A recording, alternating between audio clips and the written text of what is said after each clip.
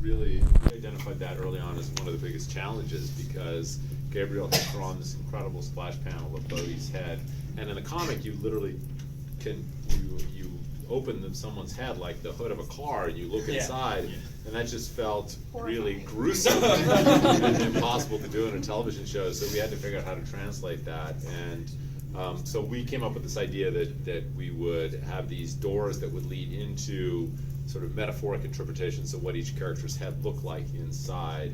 And for Bodhi, it was derived in a large part from what Gabriel had drawn. It was this environment full of video games and toys and bouncy things. There's an arcade. And an arcade, yeah.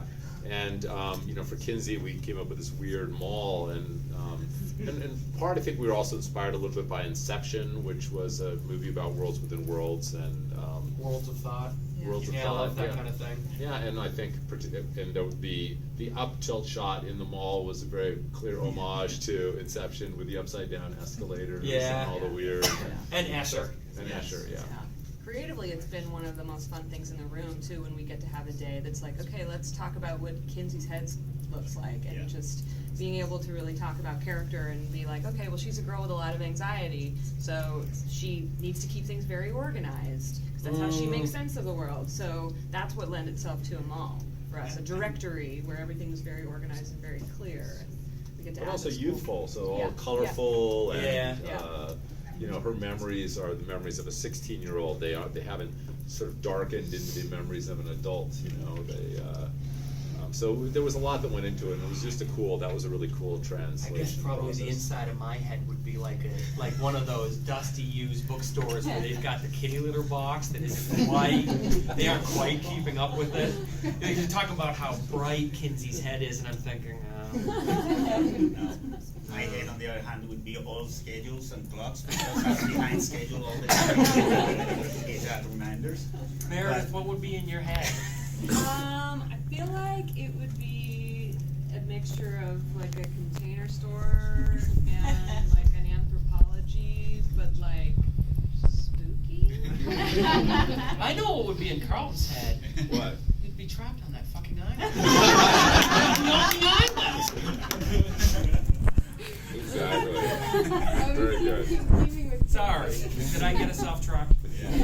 In keeping with Kinsey, tell us a little bit about the design for her fear monster. Obviously, it's very different in the comics. The size is different. The design approach is different. Talk us through that a little bit. Well, we actually cast this dancer as the devil because we wanted her, the way that she sort of moves, to be very sort of fluid and creepy. And we worked with Sean Newsom, who you had worked with on The Strain, yes. right? So I had done a bunch of working with Guillermo del Toro on The Strain, and I had really an opportunity to learn how he went about creature creation. And so a lot of that, and actually a lot of the specific collaborators that Guillermo and I used on The Strain, also we shot in Toronto, so they were the same people who did the stuff with us. And so yeah, she was a dancer and who looked kind of like Kinsey, and then we created face molds we took face molds from Amelia, the actress who plays Kinsey, and then we applied those to this dancer double. Yeah. And then we modified it additionally in post-production. We repainted aspects of the character's face frame by frame in visual effects. So it was very complicated. Yeah. Was there ever a point in time when you guys were like, let's fool with the idea of making her small enough to trap in a Coke bottle? Or was that just out the window immediately? We felt like that worked so well in the comic, but that I think for our purposes, we liked that she was sort of life-size so that she could have these battles with our kids. Totally. Yeah, I mean, then she becomes a sinister force, another antagonist. Yes, exactly. Which is We were worried if she was too small, it would be jokey and not actually emotionally affecting. Yeah. Totally. And it ties to the point of catching the essence of the idea. Same with the changes they did for the way in which the head key works, because even though the mechanics in which it's displayed in each of the media, basically the point is that in both of them, what you get to see when you see into someone's head, it's a landscape of how their mind is, and that landscape is what they recreated in the show. So you get to that to this like head place in a different way, but it's the same concept behind. Yeah, I mean, and the other thing is like Carlton was talking about an old TV aphorism to me that I really loved, which was that every scene should have a character purpose and a plot purpose, and I thought that was really interesting because when we did the comic, I always felt that every key needed to have a character purpose and a plot purpose. So, for example, and I feel like that's something that really clicked with you guys too. So, for example, Kinsey uses the head key to remove her fear from her head in both comic and TV show, which is a great supernatural idea and creates this terrific antagonist. But it's also something teenagers do. Yeah. Like teenagers actually go through this period in their youth when suddenly they're fearless and take really stupid chances, like really ridiculous chances. And so we always wanted the keys to give us a chance to explore something that people actually do experience. Yeah. And I feel that carries over to the TV show in a really satisfying way. Very cool. Switching gears a little bit, obviously you guys have really brought an entire universe to life, especially through the creation of both Keyhouse and also Matheson, Massachusetts. So Carlton and Meredith, you've both created some pretty iconic houses in your past work. Talk a little bit about what you wanted to achieve with Keyhouse, how you adapted it from the comics, what elements you kept, what you innovated on, and how you physically built this house. Well, I think it starts with the fact that we had the amazing talent of, Gabriel, who had drawn the house. And not only that, he actually, in his preparations for the comic book, he literally designed the house. And you should just speak to that first, because it's incredible. Like, Gabe is how an this architect process. by training. Yeah, I'm an architect by training. That's where I met my wife, who's also an architect. And when I got the chance to work in the story, and Joe pitched this idea, and we knew from the get-go that Keyhouse was going to be a full rendered character in the story, I faced it as an architectural project challenge. So I designed the house, started with building a 3D model that I used as a reference to shape the house. I had this very unpractical idea of making the house as uneven and as symmetrical as possible from every point of view, to have different vision of the character from each side. And with that, then I did the entire blueprints of the house as an actual architectural project. So we could have this sort of a highly detailed battleground from all the action that was going to happen in the comic later, and to figure out how many places we could have to explore different parts of the story in this place as if it was a real place.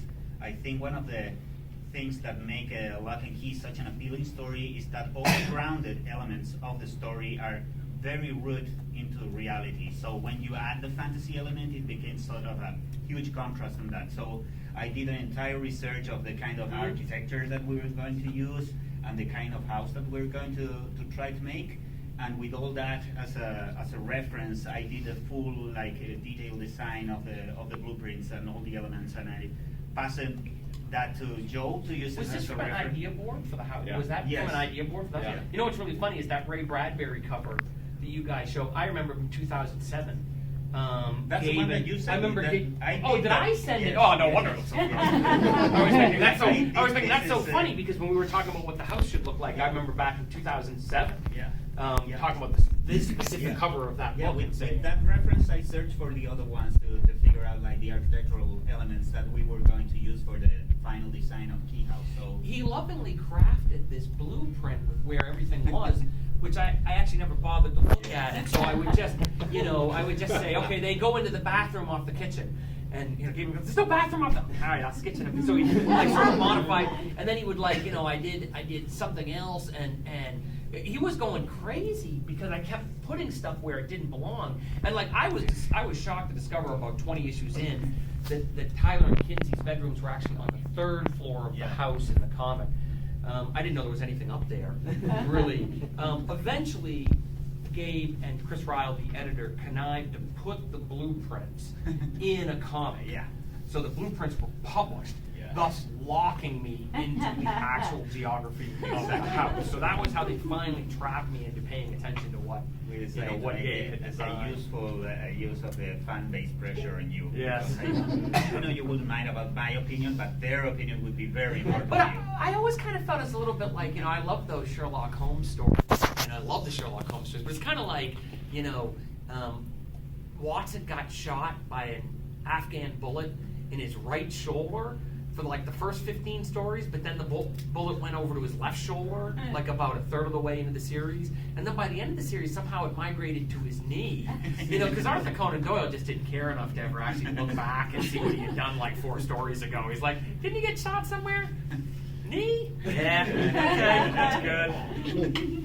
And then, of course, when we adapted it for production, we had to make it really, we had to make it functional and practical. So the layout of the rooms, and we, it was very important to create these kind of traffic patterns, sort of this sort of circularity, so that you can actually follow the characters and move them through the house, which is something that certainly was a very practical lesson I learned building the Psycho House for Bates Motel. Was basically just kind of thinking about how you moved actors from space to space, and we sort of replicated the same. Idea. We built that exterior of the house outside of Toronto, and then all the so that facade exists outside of about an hour outside of Toronto, and then we built the interior on stage, and we just wanted to make sure that the way that the rooms laid out on stage allowed for the characters to kind of move easily between the various spaces, and that. But the essence of it all really came from Gabriel's designs. And then I think emotionally our goal was to make it feel inviting, that's the difference, and that, certainly, Meredith and I would joke around about like Hill House and other haunted house shows, which are like, you do not want to be in You don't want to Airbnb Hill House, but you might want to Airbnb Keyhouse. Yeah. Are there any Easter eggs, any details that you guys feel comfortable revealing that we can look for in the show? There is a grandfather clock in the foyer. I'll just say that. Interesting. That's all I'm going to say. There's a lot of incredible details in Keyhouse, and some of them will actually pay off downstream. So I don't want to say too much about it. It's the other thing is like the comic leans a little more into horror, and the show is more of a fantasy work of fantasy. But I was thinking, the show also does. The show is a work of dark fantasy that also comments on horror a lot in a way that's really interesting. So it isn't horror, but sort of talks about horror a little bit. So there's the Savini Squad, which is a gang of horror enthusiasts. They talk a lot about Final Girls, and it's not as meta. It's not as meta as like something like Scream or Cabin in the Woods. But there's definitely a thread of conversation about fantasy and horror in films, and using what people have learned from pop culture to adapt to the situation they find themselves in Keyhouse, which to me makes sense. I mean, like whenever you watch a zombie TV show or a zombie movie, the biggest problem is accepting that no one has any idea what's happening. It's like, where have you been for the last 20 years of pop culture? Yeah. The zombies are on the move. What's your plan? And so. And there's another thing that has got to be with the way in which Carlton envisioned, for example, Keyhouse being a welcoming place and a way in which they dealt with magic in the show, that I think it's tied to a point that we try to make throughout the story of Locke and Key in the comic as well, is that despite having these magic and horror elements, the true horrible things that you have to be scared about come from the way in which people treat each other. And I think that's something that's in the bottom line of Locke and Key, that despite the magic and the horror, the truly horrible things that people had to overcome throughout the story are things that we human beings do to each other. And I think that's something that's really powerful to explore from the point of view of a fantasy or horror story, that to realize that these are just mirrors to see yourself and the way we deal with each other, and to figure out that beyond anything that could be out of this world that we could face, or problems that could be bigger than life, it's the way in which we manage our own relationship, in which we build the things that either damage us or help us reconstruct our lives.